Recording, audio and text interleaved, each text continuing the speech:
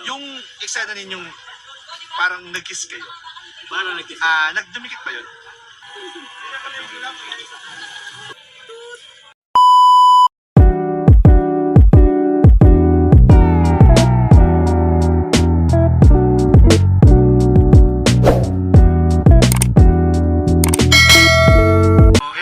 Kamusta naman kayo ngayon ni Carla, yung relasyon ninyo? Ano yung, may pagbabago ba nitong mga nakaraang buwan? Wala, siguro siguro may medyo may pagkamis. Kasi matagal din ko yun, di ba? Matagal din yung balik ng room ka. So namiss natin yung namiss namin yung yung mga ganong eksena, mga ibang adventure. Basta mas parang mas komportable. Basta alam mo na yun. Paano nga? Kasi may nabanggit si Carla doon sa part 106 na talagang tumatak sa mga manonood. Yung hindi na daw kayo masyado nag-aaway. Tama ba yun? Oo. Ano ibig sabihin nun? Bakit nasabi yun? Siguro dati kasi may mga pagkakataon talaga na hindi kami nagkakaintindihan. Ay, napapansin namin yun. Napapansin namin. Alam niyo naman na ewan ko, legal dito sa edad ba yun? Siguro sa age gap din. So meron kami mga personal Differences.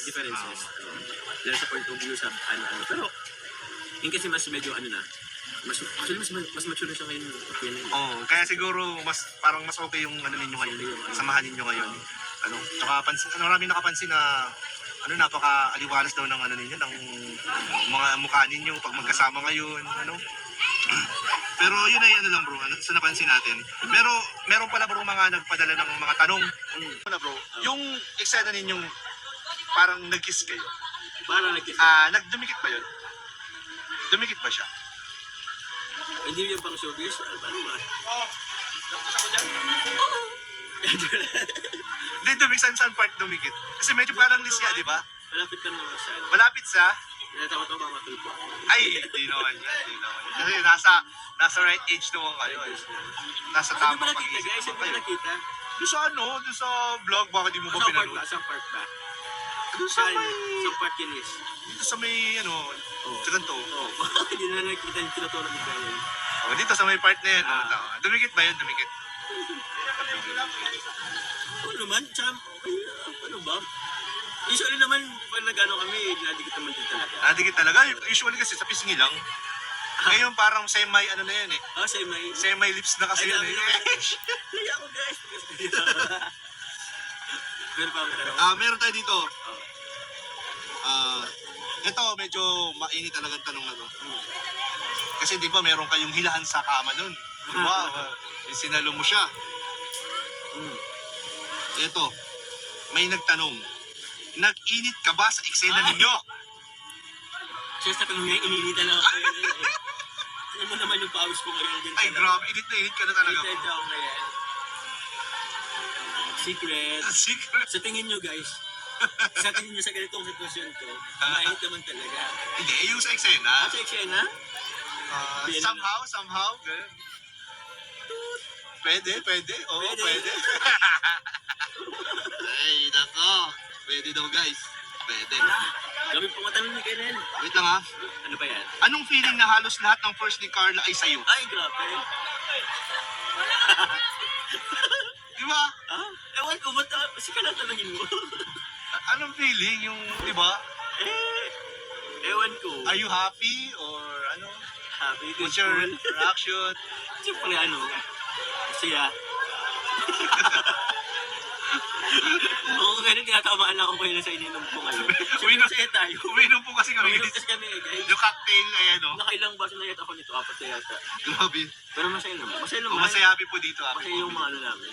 Tulad kanina, ay tulad nung first time din namin yung mag-CWC or Oo, napanood din namin. Masaya, sobrang saya. Yun lang yun. Magkasama kayong ginawa niyo yun? Ito naman. Ito. Marami kasi kinilig talaga dun bro sa ninyo. Sa kissing scene ninyo dun. Tapos yung hilahan ninyo dun. Alos inuulit-ulit yun ng mga viewers bro eh. Yun yata yung most most replayed part dun sa vlog. Pero dun sa tanong natin ngayon. Nahiling mo ba na sana walang camera o ibang tao sa mga oras na yun? Ay, grabe naman. Naisip mo ba yun? Kunti. Ay, grabe na. Kasi mayroon ka na eh, may storm kasi. Kaya nga, sino bang cameraman nun? Dalawa naman yung si Ryan o si ano. Kasi ano nga yun si... si Chris Brown. Ayan, so naisip niya pala yun, na sana wala na lang camera noong time na yun. Ano, kung wala bang camera noong time na yun, Ano? kung sakaling walang camera noong time na yun, Grabe naman. may nabago ba dun sa pwedeng senaryo ng mangyayari? Pero siguro nausog lang yung lamesa. Ano, so lang. Pag nagagalawin lang yung lamesa. Kaya yung baso. Grabe yung mga tanong ko, no? Pasensya ka na, bro. Mga ano to eh, mga manunod. Paano pag mapaluto ni Carla? Ay, tatawa na lang yung siguro. Isipin na ako. Ano, ito medyo seryosong tanong. When is the right time to settle down? Pero naman, maganda naman. When is the right time?